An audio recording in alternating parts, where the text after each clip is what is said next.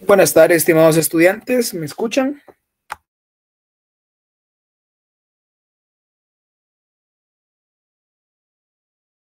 Buenas tardes, ¿se escucha? Disculpen, ¿me pueden confirmar si se Sí, escucha? licenciado, se le escucha. Perfecto, excelente. Y bueno, antes de iniciar, por favor, pueden preparar su ley del organismo ejecutivo y su ley de consejos de desarrollo, por favor. Tenerlo a la mano, ya sea a nivel virtual o a nivel presencial, ¿verdad?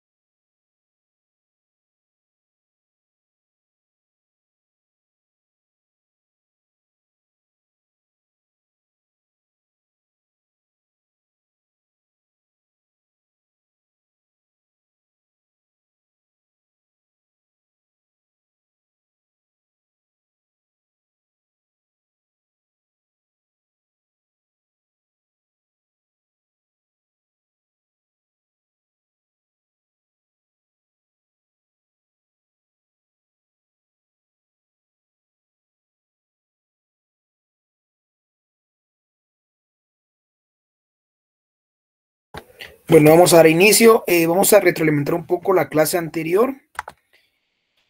Para los que no estuvieron, pues será algo nuevo. Para los que estuvieron, podemos tratar de resumir la clase anterior. Solo si David puedes poner ahí en la clase, que pues ya damos inicio ahorita en este momento con la clase, por favor.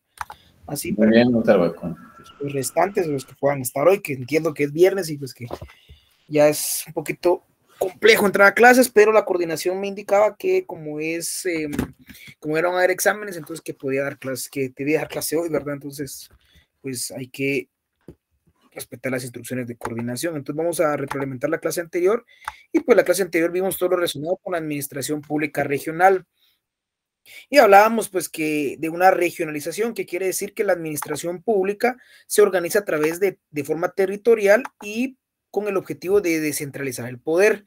En este caso, pues en Guatemala existe una regionalización por el tema de descentralización. Entonces, en Guatemala tenemos que la división administrativa se da en territorio, en temas de departamentos, así como estos se dividen en temas de municipios, pero todos esos departamentos también existe una forma de organización que es a través de regiones, ¿verdad? Entonces podemos decir entonces que la administración pública, para poder llevar a cabo sus funciones y para poder descentralizar el poder y no se concentre solo en los ministerios de Estado, que no solo se concentre en el organismo ejecutivo como tal, en las autoridades máximas, sino también existe una regionalización que establece que la función administrativa se debe de dividir en territorios, y esos territorios se dividen en departamentos y municipios, y a su vez estos departamentos forman lo que son las famosas regiones, con el objetivo de descentralizar el poder y poder llevar a cabo una mejor función administrativa. Entonces dijimos que en Guatemala, la Constitución Política de la República de Guatemala establece la regionalización, además de que también existe una ley preliminar de regionalización, y en el artículo 1 establece cuál es ese objeto, que es descentralizar la administración pública. Y también nos establece esta ley de regionalización que existe en lo que son las famosas 8 regiones.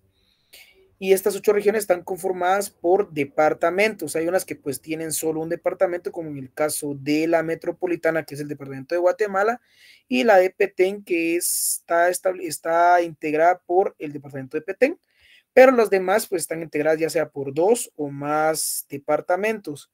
Entonces esto quiere decir que para poder llevar a cabo una mejor función administrativa, se centraliza el poder a nivel de regiones para poder llevar a cabo un mejor funcionamiento administrativo.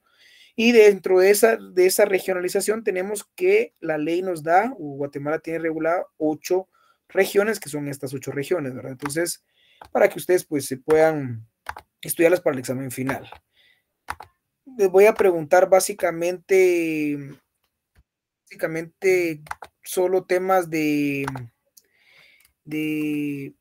cuáles son las regiones. No mencionen unas regiones del examen. En el examen no les voy a preguntar mayor cosa sobre las regiones.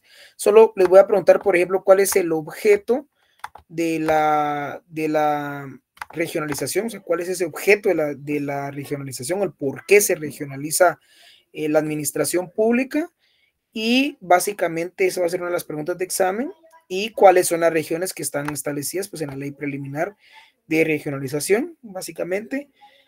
Y ese sería básicamente lo relacionado a la regionalización como tal. Luego tenemos que esta regionalización también tiene otro objetivo, que es desarrollar lo que son los consejos de desarrollo.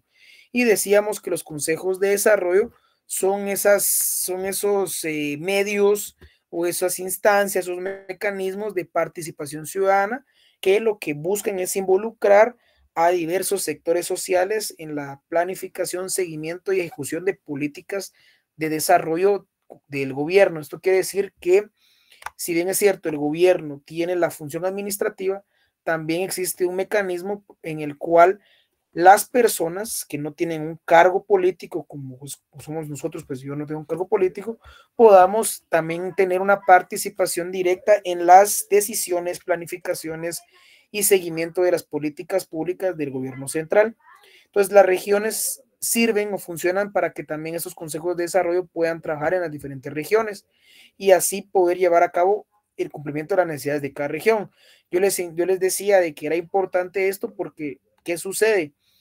Si yo soy presidente de Guatemala, yo como presidente de Guatemala no voy a tener el conocimiento de qué necesita cada región, porque lógicamente pues yo no me tendría que estar visitando todo Guatemala y es cierto que tendría que hacerlo, pero es más difícil poder ejercer una buena políticas públicas de gobierno si yo no tengo conocimiento de cómo están las necesidades dentro de cierta región. Entonces, por eso existe esta región, para que haya una mejor organización y se puedan llevar a cabo mejores políticas públicas. Entonces, en teoría debería funcionar así. Si un ministro de salud quiere hacer una política de salud a nivel regional o a nivel guatemalteco, tendría que evaluar en cada región cómo aplicar esta política de educación, por ejemplo. ¿Por qué? Porque no es lo mismo la educación que tenemos a nivel central o a nivel metropolitano, o sea, a nivel departamento de Guatemala, a nivel, pues, en las regiones muy alejadas del centro del país y que en estas regiones, pues, obviamente, pues, hay ciertos problemas con el tema de la descentralización.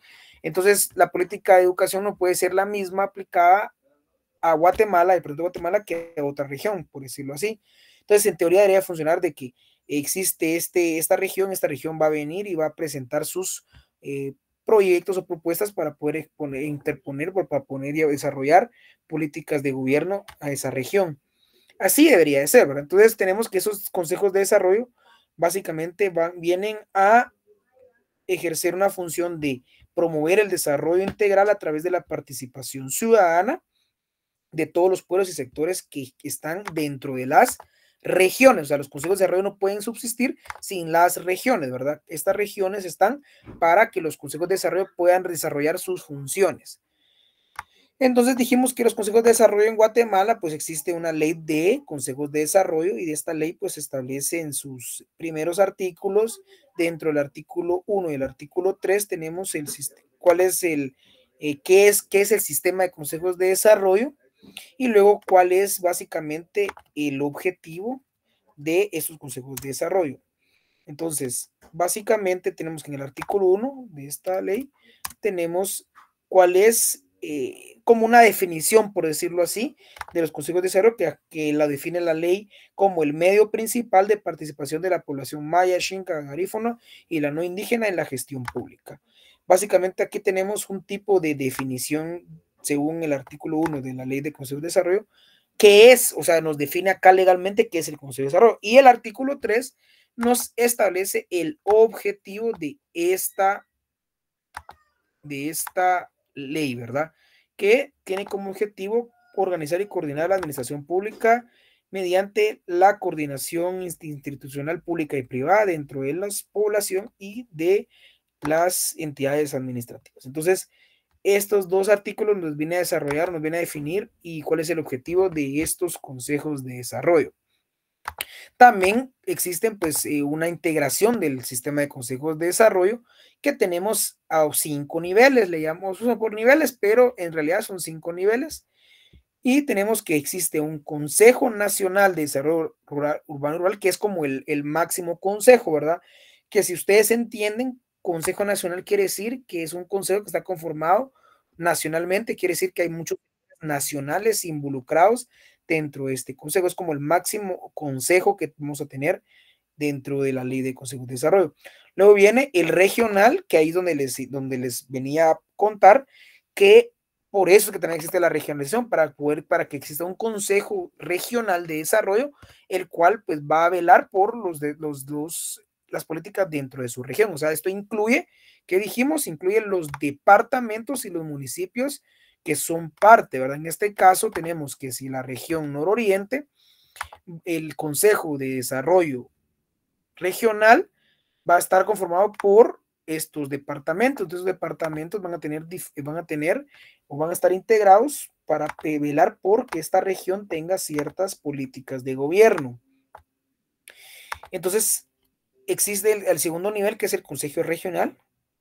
Luego tenemos aparte un Consejo Departamental. Entonces, ya no hablamos de todo el conjunto de departamentos, sino hablamos de que hay un Consejo de Desarrollo solo del departamento, o sea, del que va a englobar a todos los municipios.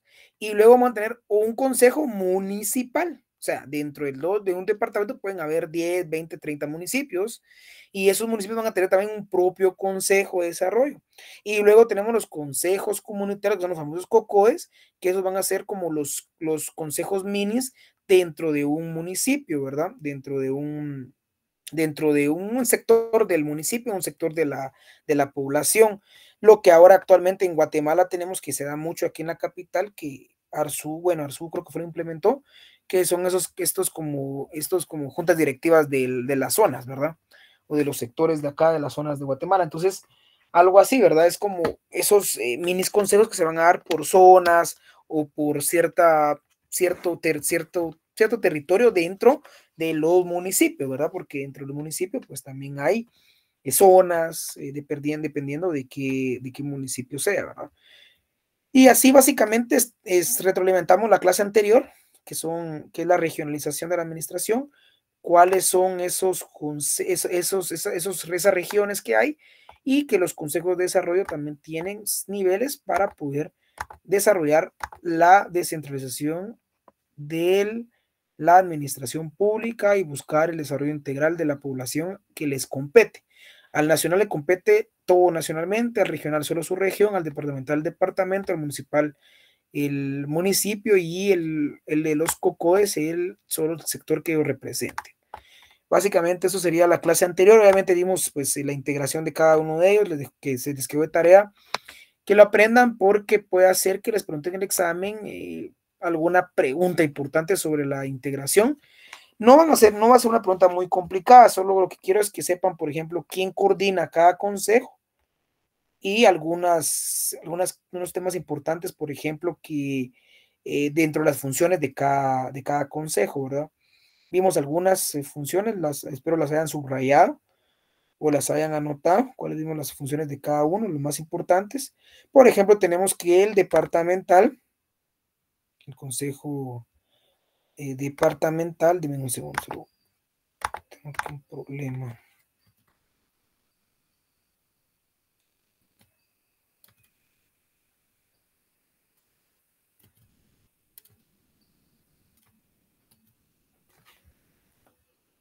¿Qué pasa? ¿Qué trago esto?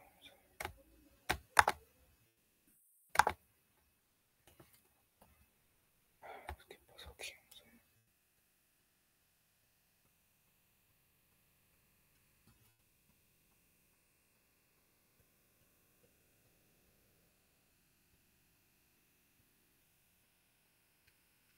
Bueno, sí, vimos, creo que apareció, ya apareció otra vez. Pues sí, entonces vimos también, por ejemplo, dentro de las funciones, y una que le voy a preguntar en el examen, que es bien importante porque tiene relación con la clase de hoy, es cuál es la función más importante del Consejo Departamental de Desarrollo. Y a ver, ¿quién se recuerda cuál es la función más importante? A ver, estaban poniendo atención en la clase anterior. ¿Cuál es esa función más importante del Consejo Departamental de Desarrollo? A ver, ¿quién la apuntó?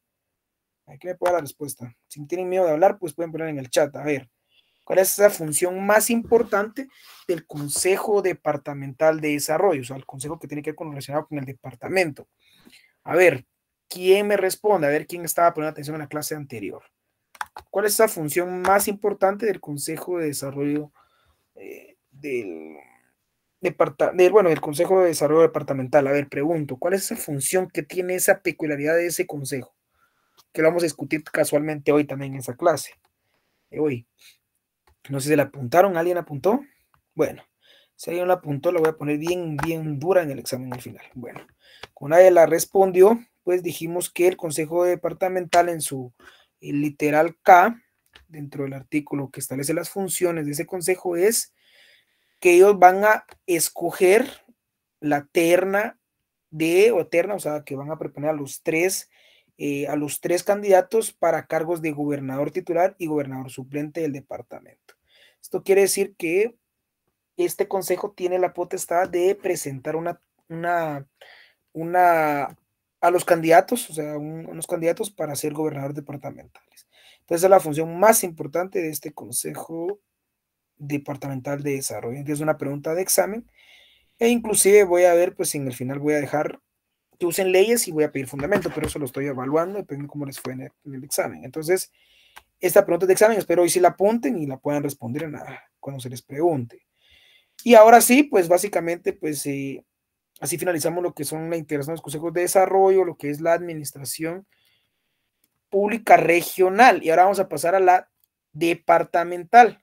O sea, ahorita vamos a ver todo lo que es la administración pública departamental y para eso voy a compartirles pantalla de la clase de hoy.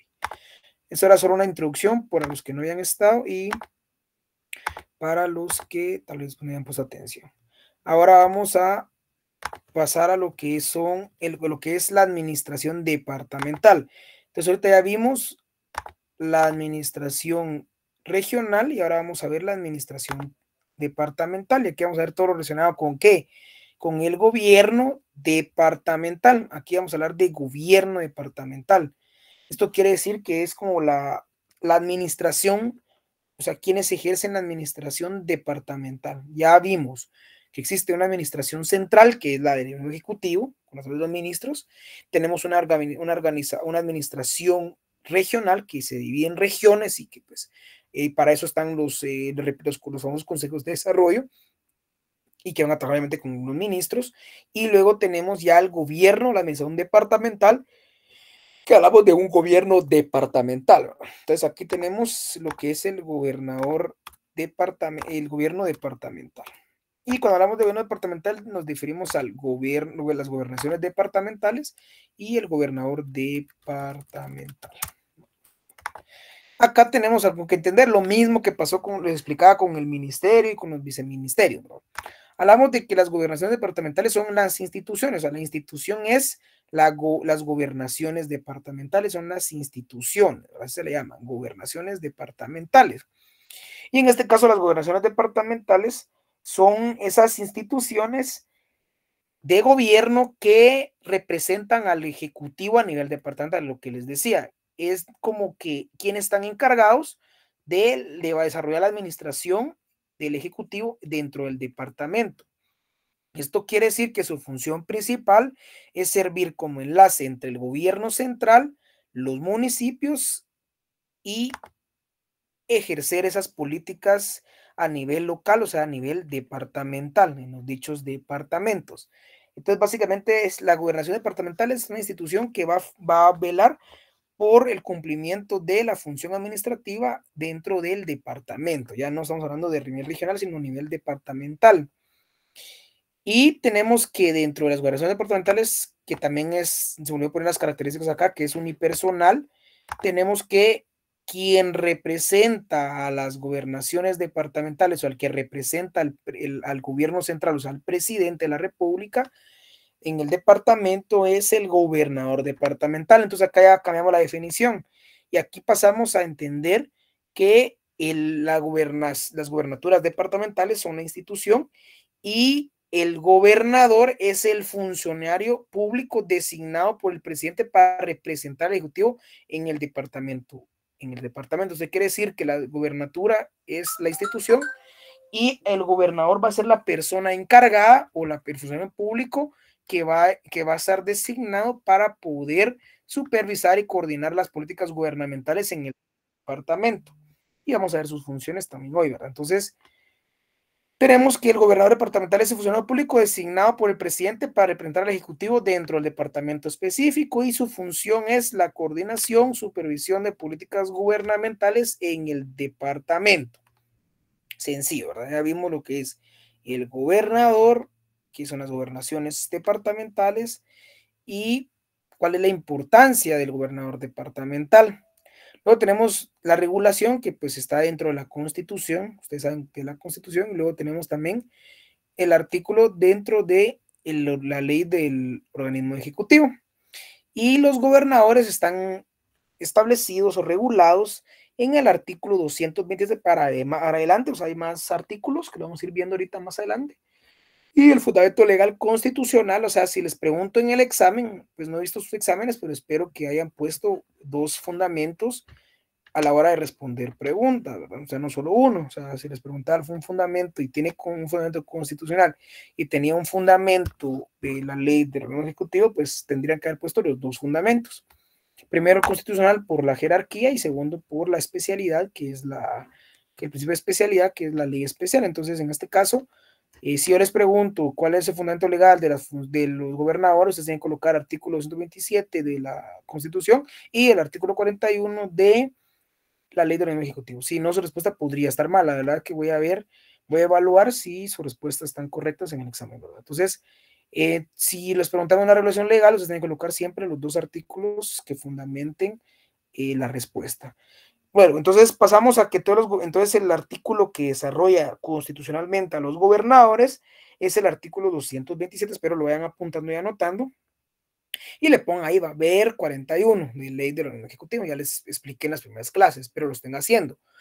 Bueno, entonces, los gobernadores, o sea, acá la definición, no definición, sino que acá solo regula lo que es los gobernadores, como tal, que es un funcionario, etcétera, que tiene ciertas funcionalidades, no las desarrolla este artículo, sino que solo establecemos el fundamento legal de los gobernadores como tal, ¿verdad?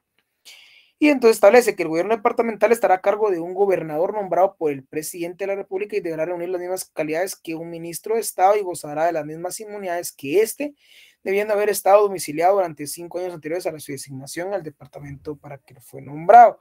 Y les pregunto, según este artículo, y pues creo que ya lo saben, ¿será que el gobernador tendrá derecho de antejuicio? Pregunto, ¿sí o no? ¿Sí o no? A ver, ¿tendrá que el gobernador tendrá derecho de antejuicio? ¿Sí o no? Pregunto, ¿será que el gobernador va a tener las mismas prohibiciones que un ministro de Estado? ¿Sí o no? ¿Será que los ministros va a tener los mismos requisitos que un ministro de Estado? ¿Sí o no? Son preguntas de examen que pues incluso venían ayer, ¿verdad? Pero es con relación a los viceministros, si no estoy mal. Pero bueno, entonces esas son las preguntas que quiero responder. Entonces yo las respondo sencillamente y establezco que sí, que lógicamente, pues si está preguntando que tiene las mismas calidades que un ministro, tiene que tener los requisitos que un ministro y tendrá los mismos derechos y las mismas previsiones que un ministro por una interpretación extensiva del artículo y de la legislación. Entonces, si la pregunta es, ¿el gobernador tiene derecho ante juicio? Tienen que colocar su examen, sí. Si le pongo cuál es una prohibición para ser gobernador, y tienen que colocar una prohibición tal vez de él, supletoriamente de lo que es los ministros de Estado, etcétera. Entonces, es para que ustedes pues, les quede claro y en el examen pues no se hagan bolas. Luego tenemos que el fundamento del 41 de la ley del organismo ejecutivo, igualmente, gobernadores departamentales, el gobierno de los departamentos está a cargo de un gobernador nombrado por el presidente de la República, también habrá un gobernador suplente, o sea, quiere decir que también el gobierno habrá un gobernador suplente. Esa sería básicamente la regulación legal y ahorita vamos a desarrollar ya lo que son ciertas características o ciertas características de lo que es el gobernador departamental. Si tienen dudas pueden preguntar, la verdad que me preocupa un poco que no participen tanto, no sé si es por el curso, que la verdad es un poquito complicado, o sea, no es complicado, pues, pero no mucho les gusta, pero espero que pues estén poniendo atención y que estén aprendiendo, si no, pues pueden preguntar sin pena. Luego pasamos a lo que es el nombramiento, y en este caso, ¿quién nombra o cómo se nombra un gobernador departamental? Y acá es donde tengo la discusión y lo que quiero platicar con el tema con el tema que estamos viendo antes de como introducción. Y yo les pregunto, ¿cómo se nombra a los gobernadores? Que va a ser pregunta de examen. Y yo le estoy diciendo desde hoy, 4 de abril de 2025. A la hora de que les ponga esta pregunta, se los ponga en un caso, espero que me expliquen extensivamente la respuesta, no se me pongan, son nombrados por el presidente, punto. Si ustedes me responden en el final, porque ya pasó el segundo, que en el final se va complicando, o sea, todo es dificultad, va avanzando. Si yo les pregunto cómo se nombra al gobernador departamental, ustedes tienen que responderme extensivamente, estableciendo que los gobernadores departamentales son nombrados por el presidente, tomando en consideración los candidatos pospuestos. Entonces tienen que responderme de esa forma, no solo los nombra el presidente, porque ustedes me ponen solo nombre el presidente, automáticamente está mala su respuesta, solo en un segundo.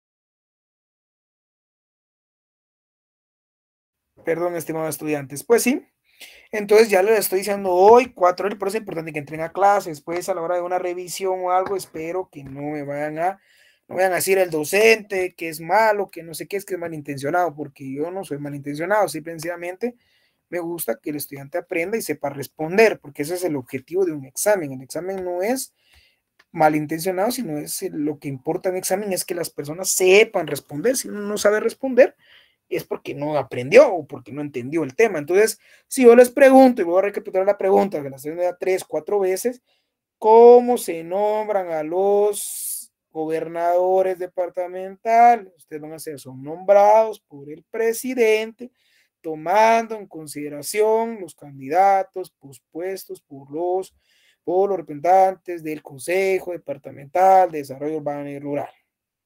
Así sería su respuesta y una respuesta correcta. Luego no van a querer que les ponga medio punto algo, ¿verdad? Si no les ponen correcto, no.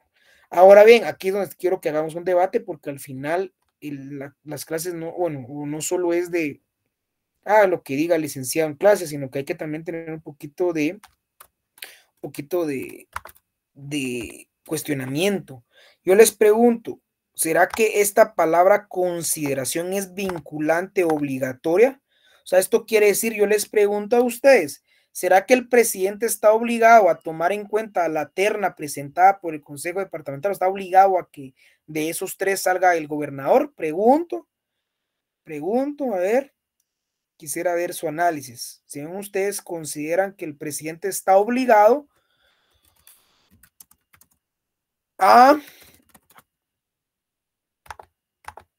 está obligado a tomar en consideración a estos tres candidatos, pregunto, a ver, ¿quién me puede responder?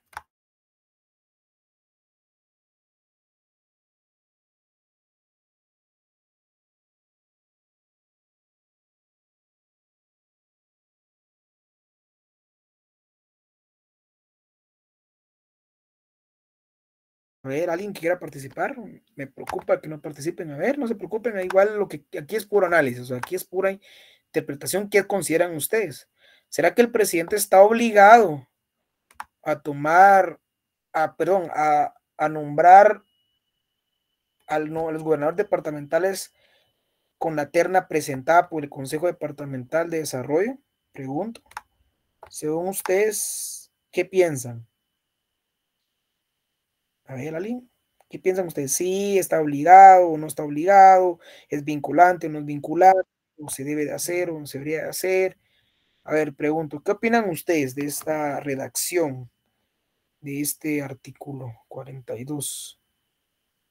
A ver, pregunto, alguien que tenga alguna observación, algo, vamos a ver.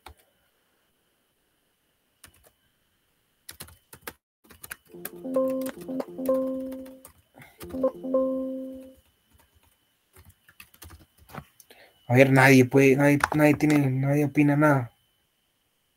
A ver, nadie opina nada.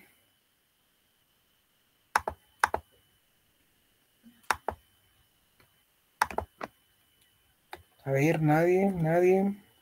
O hay que pasar a preguntar ustedes porque si no, nadie participa. ¿Qué creen ustedes? A ver, solo digan sí o no. O sea, no sé qué no opinan ahí, alguien. Nadie quiere opinar qué piensan ustedes. A ver, vamos a preguntarle aquí en el chat. A ver, quién se me ocurre preguntarnos a ver quién no ha participado. Bueno, no tienen foto tampoco. Vamos a ver.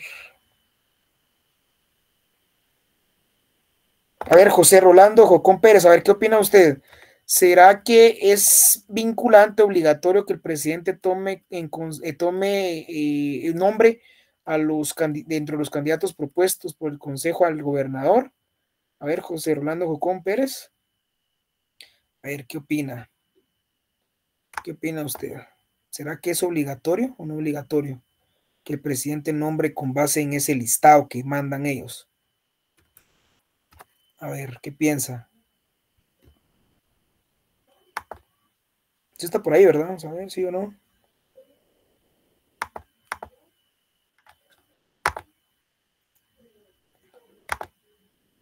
Bueno, Unice dice si es vinculante. A ver, Unice, solo anota ahí, David, los nombres por ahí, por favor, porque eso vamos a tomar en consideración los que hay examen. Entonces, Vamos a ver, entonces dice Eunice Ordóñez que es vinculante, Dafne dice que es obligatorio, perfecto. ¿Alguien más está en contra de esa respuesta? A ver qué opinan. Si no lo quieren decir, tal vez en el chat pónganlo. ¿Qué piensan? ¿Es vinculante o no es vinculante? Erika dice que sí es vinculante. Sí es vinculante, licenciado. Eric dice que sí es vinculante.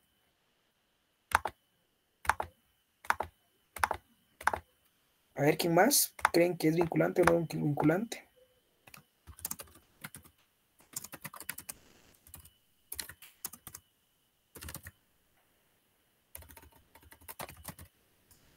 Un segundo, se me está tratando de llamar, que tengo un problema con mi carro.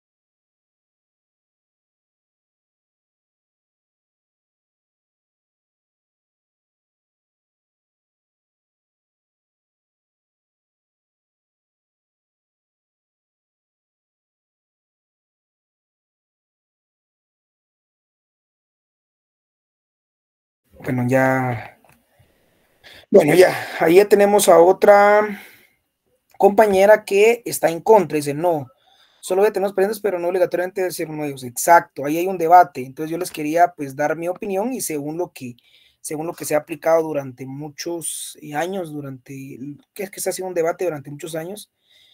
Denme un segundo, es que están mal.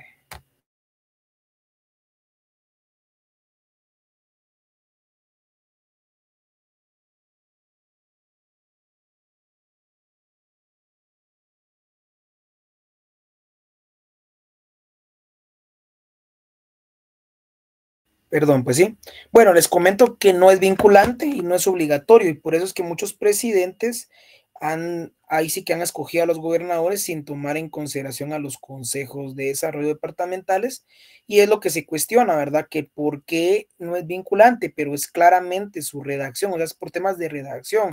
Y si nos vamos a aplicar a la ley de orden judicial que establece que el lenguaje que estamos conformado en español y que todo lo que se rige por el español a través de la Real Academia de la Lengua Española, y si buscamos una definición de la RAE de consideración o considerar, y vamos a ver qué es tomar en cuenta, qué es reflexionar, qué es respetar en cierto punto. O sea, si nos vamos a una aplicabilidad o una interpretación extensiva de la palabra, por eso la subrayé aquí, consideración, esa palabra consideración no es obligación, o sea, tomando como obligación los candidatos, no, o sea, es una consideración. Esto quiere decir que no es vinculante ni es obligatorio que el presidente tome en cuenta o nombre a los gobernadores por la terna presentada por los consejos de desarrollo departamental. Entonces, es algo que para mí es cuestionable porque, como les digo, al final para mí debería ser obligatorio porque para eso está en la ley de consejos de desarrollo, pero en la ley del organismo ejecutivo, pues claramente establece que es consideración. Entonces, y es donde está el fundamento de por qué hay presidentes que no toman en consideración a la terna, o sea, la presentan y todo, pero ellos nombran a dedo, porque como lo deja abierto, o sea, son cláusulas apertus, le podríamos llamar, o sea, que están aplicadas a una interpretación extensiva, en este caso, pues, consideración, pues, nos vamos a estrictamente a la interpretación y es que se puede considerar. ¿Sí, Jennifer? Lick, entonces, para cuestiones de examen, si usted coloca en algún punto un caso de estos, tendríamos que colocar que entonces no es obligatorio y colocamos el fundamento de la ley del organismo ejecutivo. Exacto, Jennifer, así es. Yo les puedo preguntar un caso y les pongo un caso en concreto donde el Consejo de Desarrollo tal y tal y tal, dentro de tal plazo, pues presentó propuso una terna para nombrar pues, al gobernador departamental de Guatemala, y pues el presidente pues optó por nombrar a un tercero, a un cuarto, perdón, no tomó en cuenta a tercero. Estaba obligado, sí o no, el presidente, ¿por qué?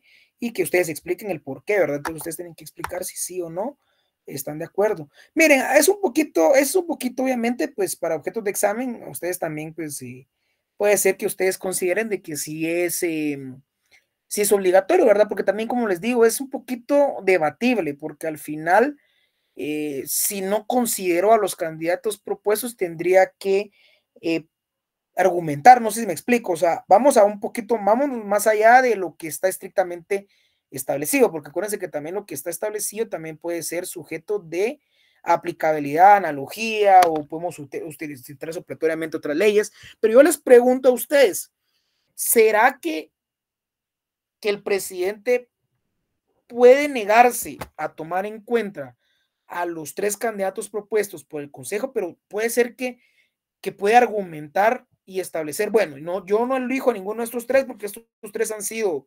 señalados de esto, no llenan los requisitos de probidad o no se llevaron a cabo bien las reuniones del Consejo? O sea, yo les pregunto, o sea, es que por eso les digo, esto es un poquito de análisis, o sea, ¿será que al hablar de considerar no tendría que argumentar el presidente el por qué no los tomó, no los nombró? No sé si me explico.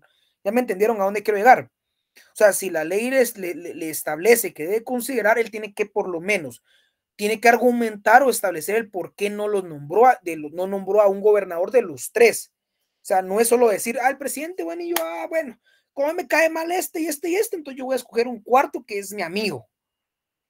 Pero simple y sencillamente voy a ignorar a la terna. O sea, les pregunto, ¿es lo mismo ignorar que considerar? O sea, eso es lo que yo quiero que ustedes se vean hoy. O sea, lo que a mí me interesa es que ustedes piensen como abogados, piensen más allá de lo que está estrictamente establecido en una norma. Ustedes tienen que entender, analizar, comprender las leyes.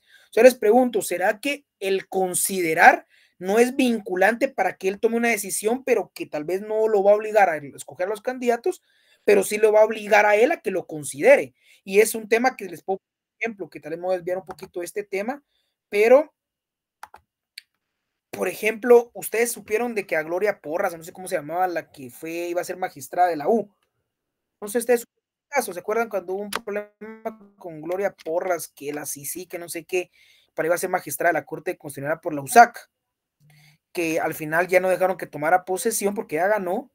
Pero ¿por qué creen que no tomó posesión? No sé, ustedes sabrán de ese caso. Es que lo que pasa es que lo que les digo, ustedes tienen que venir y ponerse pilas a la hora de leer y estudiar. Les cuento un precedente para que miren la importancia de que entiendan esto. Viene el CSU y convoca elecciones para Corte de Constitucionalidad, y vienen, y pues ellos vienen y hacen su reunión del consejo, ¿cómo se llama? De la universidad, ustedes, ¿cómo se llama? El Consejo Superior Universitario, exacto. Ellos vienen y hacen su reunión, ¿verdad? O sea, su mesa de reuniones, y empiezan a decir, bueno, el candidato tal, analicemos, llena con sus requisitos, llena el requisito A, B, C, D, E y F, va muy bien. Pasemos, votemos. Y votaron. Pero ¿qué sucedió con Gloria Porras? Que dentro de la ley, no sé si es la ley de la USAC o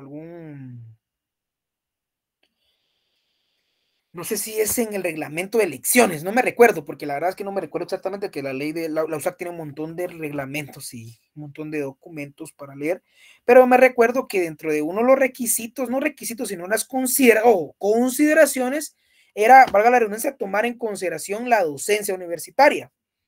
Entonces, ¿qué presentaron para traerse abajo la elección de Gloria Porras? Que los consejeros, o sea, los miembros del Consejo Superior Universitario, no tomaron en consideración la docencia universitaria. Esto quiere decir que eligieron a una persona sobre otra o sobre otras que no tenía docencia universitaria. Esto quiere decir que no se los trajeron abajo la toma de posición de ella porque ella no llenaba los requisitos, sino que porque los consejeros no discutieron o no consideraron que ella fuera docente, o que el otro que fue, creo que fue bueno, fue otro licenciado que sí tenía docencia universitaria, y no tomaron en consideración que él fuera docente. Entonces, lo que quiero que entiendan con este caso es que, si bien es cierto, ellos no les obligaba, el requisito no obliga que sean docentes universitarios, pero sí establece que se debe tomar en consideración la docencia. Entonces, por lo tanto, ellos tenían que argumentar a la hora de votar o a la hora de seleccionar a un candidato, tenían que ellos argumentar o establecer el por qué no tomaron en consideración, o porque tal vez llenaba mejor, no sé, tal vez la licenciada Gloria Porras pues tenía más carrera o tenía más experiencia. O sea, ellos tenían que argumentar el por qué no tomaron en consideración. Ojo, no era obligación, era consideración la docencia universitaria. Entonces yo les pregunto acá, si un presidente le presentan una terna y simple y sencillamente él dice, yo nombro a Juan Pérez porque yo Juan Pérez quiero que sea, ¿será que estará bien el procedimiento y no tendrá algún tipo de efecto suspensivo, o no se podrá, o los candidatos no podrán presentar alguna acción, o los mismos consejos, el consejo departamental no podrá presentar alguna acción? O sea, les pregunto, según lo que les acabo de explicar, ¿qué consideran ustedes? O sea, ¿qué es lo que piensan ustedes al respecto? A ver, me gustaría que, no sé si me comprendieron a lo que quiero llegar. O sea, es vinculante, es medio vinculante, por decirlo así. O sea, esa consideración es medio vinculante para mí. Eso es con relación a mi perspectiva y mi análisis como abogado, ¿verdad? No sé qué opinan ustedes ahí después de lo que les presenté. ¿Qué opinan ustedes? Miren, participen sin pena. Aquí no, nadie es más que nadie les va a decir que están equivocados. Al contrario, lo que importa es que ustedes opinen y participen. A ver, ¿qué piensan ustedes con lo que les acabo de plantear? ¿Ustedes creen que es vinculante el artículo de la consideración o no? O sea, vinculante el artículo de considerar la terna. No sé si me entendieron o alguna opinión sobre eso. Sí, quedó más o menos claro. Yo digo que también es como medio vinculante, pero es que en cierto punto estamos en Guatemala y usted sabe que aunque ahí estipule que se deba considerar, casi siempre se llegan a todo ese tipo de puestos y así por medio de otras personas, de cuello. Entonces, aunque lo estipule, el presidente puede decir, bueno, ya lo voy a considerar, pero si no me cae bien, no me cae bien, supongo yo, ¿va? Bueno, ese es el basado en el principio de la realidad, pero vamos basados al principio de no lo estrictamente regulado, pero sí al estrictamente interpretado. O sea, si a mí me dicen que yo debo considerar una terna y si a mí no me parecen esos tres, yo tengo que establecer el por qué no me parecieron esos tres candidatos y el por qué yo voy a nombrar a un cuarto candidato. O sea, es porque si bien es cierto, yo tengo la potestad de elegir, o sea, yo puedo elegir al candidato que yo quiera, pero tengo que establecer o podemos argumentar el por qué no tomé en cuenta los tres candidatos que me presentaron, porque ahí sí es vinculante, porque lo que cuando hablamos de vincular es que la ley establece que debe de considerar a los tres candidatos. Y como les digo, hay un precedente que no es con relación a esto, pero hay un precedente con la elección de Gloria Porras de la CC, para la CC, que ella llenado los requisitos, pero simplemente los consejeros no argumentaron el por qué no tomaron en consideración su docencia. Si la ley de la SAC establece que se debe considerar la docencia. Entonces, al omitir esa fundamentación o esa argumentación de la palabra considerar, ahí es donde viene el problema, porque entonces no está cumpliendo con el artículo 42. Entonces yo, por ejemplo, si yo quisiera ser gobernador, voy en la terna y escojo a otra persona que yo considero que no llena los requisitos o que mi currículum es mejor o que, etcétera, etcétera, yo presento una impugnación o un recurso. En este caso podría ser ¿qué? Podría ser una reposición sería en este caso. O sea, sí, porque el presidente es el órgano máximo, entonces sería una reposición. Entonces, yo accionaría como Estuardo Campos porque yo quiso ser gobernador y no me tomaron o sea, el presidente no dio ningún argumento para qué no nombrarme a mí, cuando yo fui presentado dentro de la terna del Consejo Departamental de Desarrollo. Él solo vino y solo nombró a otra persona sin decir por qué la nombró. Entonces, por ahí es donde va el tema que yo les quiero que ustedes comprendan, que si bien es cierto, no es vinculante o no es obligatorio la propuesta de los candidatos, pero que sí es, en cierto punto, es vinculante para poder argumentar o poder definir el por qué eligió a otro gobernador departamental. Exacto, Daphne, por ahí vamos. O sea, dejarlos participar, exacto, todo eso es lo que es, eso es lo que vamos, ya vamos entendiendo, ¿verdad, Daphne? Ahí, por ahí vamos. Es vinculante en el sentido que debe de considerar a la terna. Debe decir, bueno, me presentaron una terna, pero a pesar de que la terna me la presentaron, yo nombro a Juan Pérez, porque para mí Juan Pérez llena este otro requisito, porque para Juan Pérez tiene más experiencia, porque esto, y por lo tal razón yo lo nombré a él. Entonces ahí ya cumplió el presidente con el artículo 42 porque ya consideró la terna, pero a la vez estableció de que él elige a otra persona sobre la terna, ¿verdad? Pero ya él ya lo tomó en consideración. Si él no, él viene y solo nombra a una persona sin decir por qué la está nombrando, ahí es donde incumple con o incumple con el procedimiento del nombramiento, ¿verdad? Espero haya quedado claro y pues si no, pues alguien tiene otra duda con relación a eso. Quedó claro, o sea, como les digo, o sea, ahora vamos a hablar para objetos de examen, tal vez no lo voy a poner así, pero como les digo, esto es un poquito más ya práctico, debatible, es un poquito diferente.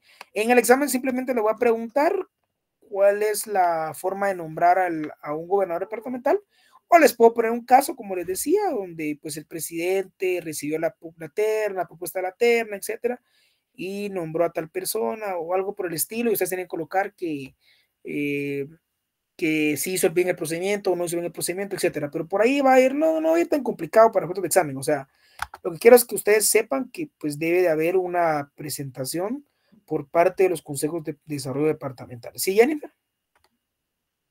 Lick, entonces, según lo que yo entendí, este artículo 42 sería para que el proceso garantice participación y meritocracia y así evitar arbitrariedades en la decisión del presidente, ¿verdad? Exacto, Jennifer, por ahí va. O sea, más que obligar al presidente a que él escoja dentro de la terna, lo obliga a que escoja a alguien que sea mejor que el de la terna, por decirlo así, ¿verdad, Jennifer? O que escoja a la mejor pero meritocracia, exacto, Jennifer. Por ahí va yo siento, o sea, ese es mi análisis, ¿verdad? O sea, para mí, por mi experiencia y todo, para mí el espíritu de los legisladores a no obligar al presidente de la terna es también para que exista un proceso más transparente, exista un proceso, un mejor proceso bajo meritocracia, bajo una proyección de que el presidente cumplió con un procedimiento y no solo nombró a dedo, nombró porque este es amigo mío, porque está en el partido político, porque este es el hermano de mi novia, o sea, por ahí va la situación, ¿verdad, Jennifer? Exacto. Más que todo es como para garantizar un buen proceso a la hora de elegir un gobernador. Incluso hay casos, ahorita no sé si ustedes supieron de que hubo casos, la verdad no leí mucho, pero hubo casos donde el presidente no ha elegido gobernadores en ciertos departamentos por el tema de que los consejos departamentales están en un desorden o ellos eligen a los que ellos quieren, el presidente quiere pues tomar en consideración a los consejos, que es lo mejor, lo más recomendable, pero que Bernardo dice no, porque los candidatos que presentaron son corruptos, y esa lucha política, pues por eso ya es política. Pero si se dan cuenta, así fue como ha sucedido los últimos años. Y así es como se han venido eligiendo a los gobernadores. Que ahorita nos demos cuenta más en la práctica, porque al final pues ya hay un poquito más de auditoría social. Pero básicamente esto pues no se ha cumplido como tal. Y por eso les digo, ¿qué problema es el que las personas no participemos dentro de los consejos de desarrollo? Pero bueno, para no alargarnos más, porque si no, no vamos a terminar con este tema hoy. Eso es lo que yo quería que pues estuvieran, platicáramos hoy sobre lo que son los gobernadores departamentales, que como les digo, es un tema que a mí me gusta mucho platicar, o sea, me gusta mucho el debatir, me gusta escuchar opiniones, análisis, que entendamos un poquito ciertos temas. Entonces, básicamente, ese es el procedimiento para nombrar a un gobernador. Luego pasamos a la jerarquía administrativa. Pues yo les comento que si bien es cierto, los gobernadores dependen del presidente como tal, y el presidente es quien los nombra a través del procedimiento que acabamos de mencionar anteriormente, Estos gobernadores departamentales, el conducto por el cual se relaciona el presidente con el organismo ejecutivo es a través del Ministerio de Gobernación. O sea, por decirlo así, no es que el ministro sea el jefe del gobernador, ¿por qué no? Porque el gobernador tiene sus propias funciones y atribuciones y él pues puede hacer lo que la ley establece, su competencia administrativa, pero sí está como que supervisado, por decirlo así, por el ministro de Gobernación. ¿Por qué? Porque el ministro de Gobernación pues tiene a su cargo temas gubernamentales, temas de gobierno departamental a través de la Policía Nacional Civil, etcétera, porque pues ahí te lo voy a explicar por qué tiene que ver la PNC, pero vamos a que si les pregunto en el examen con quién o a quién le es como que el superior jerárquico a nivel de administración departamental es el Ministerio de Gobernación. Eso es para que quede claro, ¿verdad? Para que ustedes sepan de que el Ministerio de Gobernación es como el superior jerárquico administrativo. No es que sea el jefe, pero que sí es un superior, aunque el gobernador tenga sus toma sus propias decisiones y funciones, y el único jefe es el presidente, pero el que lo supervisa va a ser el ministro de Gobernación. Es un poquito complejo de entender, pero ahorita que miremos ya la responsabilidad y que miremos las impugnaciones de las decisiones del gobernador departamental, me van a ir entendiendo el por qué es el ministro y el que está en superior jerárquico, ¿verdad? Pero quedó claro esa parte de que de la jerarquía, o sea, que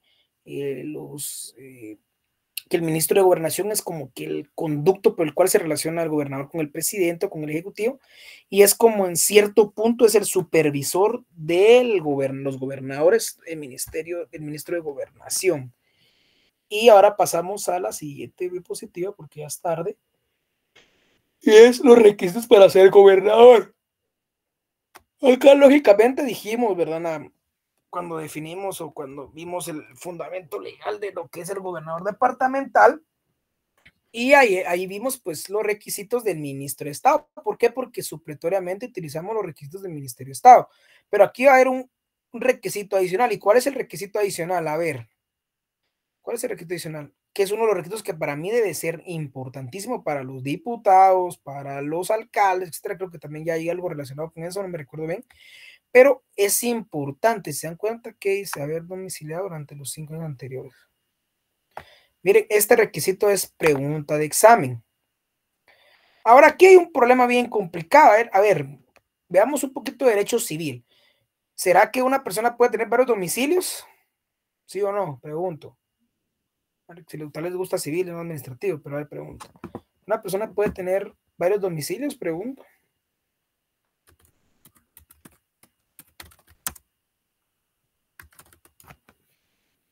A ver, pregunto. Ay.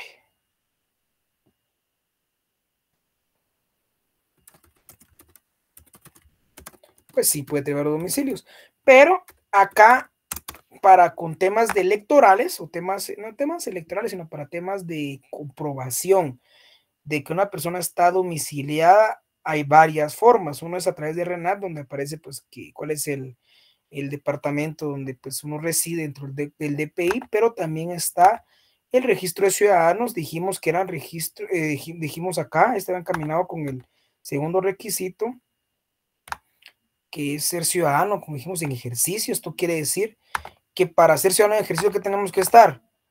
¿Qué dijimos para ser ciudadano en ejercicio? ¿Cuál es el requisito para ser ciudadano? Lo vimos en las primeras clases. ¿Cuál es el requisito para ser ciudadano en Guatemala? Estar empadronados. ¿Y qué significa estar empadronados? Estar registrados en el registro de ciudadanos. Y ahí va a aparecer su domicilio y su vecindad. Esto quiere decir que para que una persona pueda optar al cargo de gobernador departamental, tiene que haber estado domiciliado durante los 5 años anteriores a su designación como gobernador. Esto quiere decir que para ustedes participar como gobernador tienen que presentar su empadronamiento, su certificación de registro de ciudadanos, donde establezca que ustedes están domiciliados dentro de ese departamento. Si bien es cierto, pues tener varios domicilios, porque incluso lo hacen y viven tal vez en otro lado, pero el domicilio se prueba a través de el registro de ciudadanos y a veces hasta con RENAP lo prueban a veces, ¿verdad? pero ese sería básicamente el requisito adicional. Entonces, si les pregunto en el examen cuáles son los requisitos para ser gobernador departamental, entiéndanse ustedes que si me colocan el artículo 196 y no me colocan el artículo este, lo voy a decir qué artículo, creo que es el artículo 227, está mala su respuesta. Porque entonces, si bien es cierto, el artículo 130 establece los requisitos para ser gobernador, que van a ser estos, pero el requisito adicional va a estar establecido en el artículo 227. Entonces, lo estoy diciendo otra vez hoy, 4 de octubre. Si les pregunto cuáles son los requisitos para ser gobernador departamental, fundamento su respuesta, me tienen que colocar el artículo 196 y el artículo 227 de la Constitución Política de la República de Guatemala.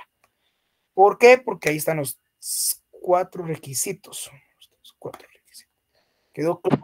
Licenciado, disculpe, ¿Sí, Miguel? es solo una consulta. Ahorita acaba de explicar acerca de los requisitos que se encuentran aquí regulados en el artículo 196, pero bien menciona usted de que hay que adjuntarlo con el otro, el 200, ¿me podría repetir qué artículo es? El 227, para adjuntar que sean 4 requisitos complementarios para ser gobernador. Ah, ok. Exactamente, Miguel. Entonces en el examen te Muchas pregunto, gracias. Miguel, si te pregunto en el examen, Miguel, ¿cuáles son los requisitos para ser gobernador departamental? Fundamento su respuesta, ¿qué me vas a responder, Miguel? O sea, como fundamento legal. El 227 de la Constitución Política de la República de Guatemala. Excelente, Miguel, ahí estamos. Así sería tu Ok, gracias.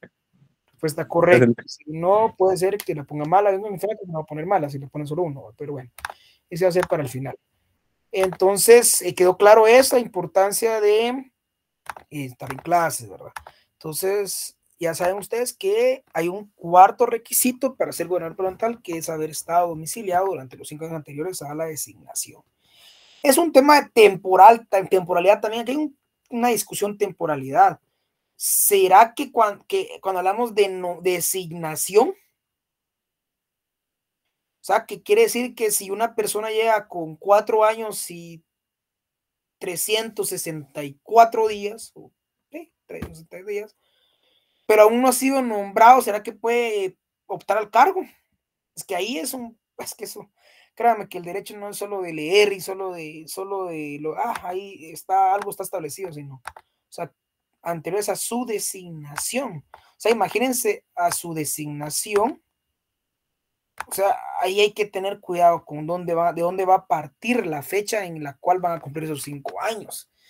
Y eso es un poquito, ya no lo quiero discutir tanto porque si no, pues no estaríamos debatiendo, pero para mí hay que tener cuidado mucho a la hora de que ustedes van a asesorar a algún amigo que quiera ser gobernador departamental, etcétera, pues tienen que asesorarlos bien. Ustedes ahí les recomiendo que ustedes vayan a la ley de orden judicial, a ver el tema de los plazos, a ver cómo establecen los plazos en años, porque hice años anteriores, habría que ver cuándo empieza a correr los años, y ver, pero para mí que siempre sería importante que tenga más de 5 años, que tenga los 5 años, perdón, domiciliado cuando va a ingresar expediente. Para mí sería lo ideal, eso es para mí. Ya si alguien me dice no, porque no están los 5 años, pero como dice hasta la designación, o sea, hasta que es nombrado. Para mí designación hasta que es nombrado, pues, o sea, para mí va, pero como les digo, eso es cuestión de interpretación y eso ya es cuestión de cada persona, pero piensen como abogados desde ya, ¿verdad? Eso es lo que les recomiendo, estimados estudiantes, piensen como abogados desde ya. Son estudiantes, pero piensen ya como abogados. Bueno, vamos a ver a las atribuciones de gobernador departamental, porque ya nos quedan solo como 5 minutos, 7 minutos, y esas van a estar reguladas en el artículo 47. Una de las más importantes es presidir al Consejo Departamental, luego atender y canalizar con las autoridades los requerimientos de la población. O sea, quiere decir que si la población tiene algún problema con algún tema que tenga que ver con la administración pública o de beneficio de la población, puede comunicarse al gobernador. El gobernador puede hacer una reunión incluso con cualquier ministro o incluso hasta con el presidente de la República para poder ver el tema de algún tipo de acompañamiento, algún problema que se dé dentro del departamento. O sea, eso sí es una de las más importantes. ¿Por qué? Porque es el enlace. ¿Qué dijimos que el gobernador departamental es? El enlace entre el poder ejecutivo, o sea, el gobierno ejecutivo, con el presidente, y eso conlleva que si hay un problema en el departamento, pues el gobernador puede presentar o puede solicitar una reunión con el mismo presidente, ¿verdad? Luego la M, que es una de las más importantes, que es ejercer el control y supervisión de la policía bajo las directrices del Ministerio de Gobernación.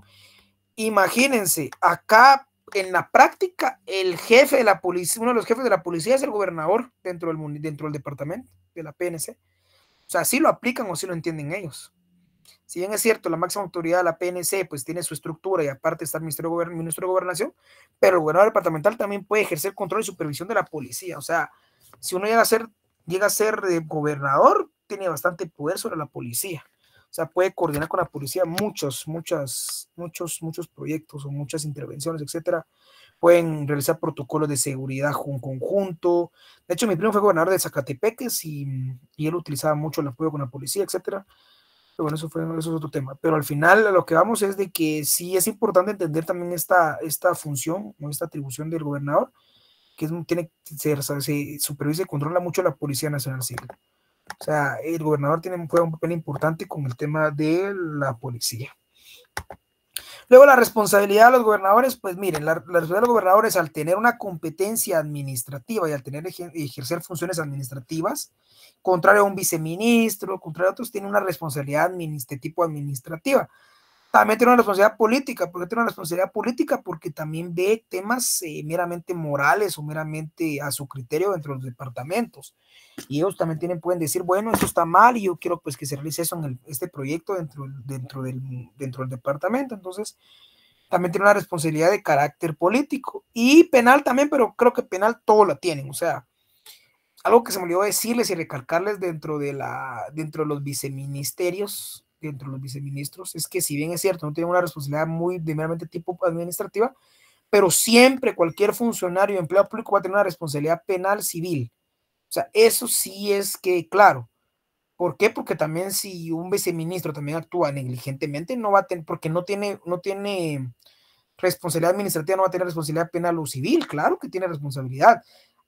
A lo que yo quiero llegar es que como a la responsabilidad administrativa, o sea, y a la responsabilidad va encaminado a lo que es la impugnación. Es que la responsabilidad administrativa va desarrollada con la impugnación, no va desarrollada a la responsabilidad individual de un funcionario público. O sea, si yo, Estuardo Campos, puedo ser viceministro, pero si yo vengo y uso fondos públicos que no puedo usar, o sea, independientemente de que yo no tenga, mi ministro sea el responsable de mis funciones, pero si yo hago individualmente algo como viceministro, tengo responsabilidad civil y penal. Pero a lo que vamos con la responsabilidad administrativa es la responsabilidad de la función y competencia. O sea, si un gobernador dentro de sus funciones realiza algo que va en contra de su función administrativa, va a tener una responsabilidad administrativa, por lo tanto va a generar una impugnación. O sea, va a generar una impugnación. Pero a lo que voy es de que la responsabilidad del funcionario, del gobernador, va a ser de tipo administrativa y también tiene política penal y civil. Aquí me faltó política, civil y penal. O sea, todos no tienen política civil y penal. Toda la responsabilidad tienen política. Todas las personas, todos los funcionarios públicos. Y aquí es donde viene el punto. Todas las resoluciones de los gobernadores departamentales pueden impugnarse de la forma siguiente. O sea, quiere decir que los gobernadores, al tener una competencia y una función administrativa, por lo tanto, cada decisión que ellos tomen puede generar una responsabilidad, puede generar una impugnación. Les puse en el examen, ¿verdad? A ver, ¿qué respondieron ustedes? Yo vi algunos que respondieron que la impugnación iba en contra del ministro, obviamente en contra del ministro. Sí, ¿por qué va en contra del ministro? ¿Por qué? Porque el viceministro no tiene competencia ni tiene función administrativa. Entonces, por lo tanto, las decisiones no son decisiones de él las que toma el ministro, sino que son el ministerio el que toma las decisiones. Entonces, la responsabilidad administrativa, la resolución de los gobernadores, de los viceministros no puede ser impugnada. Va a ser impugnada la decisión del ministerio a través del viceministro, que es lo que yo quería que estuvieran en el examen. Acá es diferente, si bien es cierto, el que va a conocer va a ser el Ministerio de Gobernación, porque vamos a ver rapidito en 2 minutos, porque ahora vamos hablando de la impugnación. En contra de cualquier decisión, resolución, el recurso que se debe presentar es el recurso revocatoria. O sea, van a accionar en contra del gobernador, aunque el que conoce o se debe plantear es al ministro de Gobernación. O sea, si bien es cierto, el que lo va a conocer y el que lo va a conocer y el que va a conocer y el que se debe plantear va a ser el ministro de Gobernación, pero la impugnación va a ser en contra de una decisión y resolución del gobernador. ¿En contra de quién va a ser la acción? En contra del gobernador. ¿Contra quién se va a plantear? En contra del ministro de Gobernación. ¿Quién va a conocer? El Ministerio de Gobernación. ¿Por qué? Porque el recurso de revocatoria es que conoce el superior jerárquico, el superior, aunque entonces, si una decisión la toma el gobernador, el que va a conocer va a ser el Ministerio de Gobernación, y ante quién lo van a plantear es el Ministerio de Gobernación. Yo sé que eso es un tema más procesal y ustedes de hecho lo van a ver en el próximo semestre, o no, creo que sí, el próximo semestre en Derecho Procesal Administrativo, que son todos los recursos del derecho administrativo, pero por lo regular, cuando hablamos de recursos, hablamos de que tiene que haber una autoridad impugnada, que lo vimos en amparos, por ejemplo. O sea, tiene que haber una decisión de una autoridad que tenga capacidad o que tenga competencia o función administrativa. En este caso, el gobernador, al tener capacidad, entonces la decisión que él tome va a ser objeto de impugnación porque va a tener responsabilidad. Entonces vamos a impugnar la decisión del gobernador, así conozca el Ministerio de Gobernación, así lo planteemos en el Ministerio de Gobernación, contra de quién va a ser en contra del gobernador. Y con eso finalizo la clase de hoy en cada base 45. Espero les haya quedado claro estos temas. Como les digo, tal vez el tema de las impugnaciones la van a ver más adelante en el derecho procesal administrativo, pero aquí por lo menos estamos tocando algunos pues temas, ¿verdad? Entonces con eso finalizaría la clase de hoy. Espero no hayan dudas, y si hay dudas pues platicamos en la siguiente clase. Y así pues pueden ustedes ahorita, no sé si va a dar clases, creo que hoy toca Pacheco, ¿verdad? Si no estoy mal.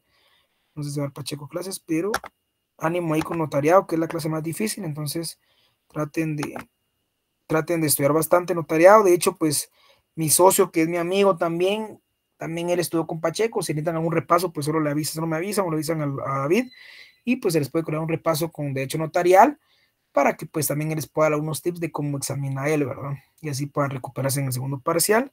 Y ánimo ahí porque ese curso es un poquito complicado. No es complicado el curso, pero el docente es algo complicado. O sea, es bueno, pero es un poquito más exigente. Entonces hay que tener un poquito de cuidado con esos cursos. Entonces espero pues cualquier cosa, estamos a las órdenes. Feliz tarde, estimados estudiantes. Nos miramos de regreso a Semana Santa. Los que pues celebran la Semana Santa, o sea, que son católicos, pues disfruten la Semana Santa.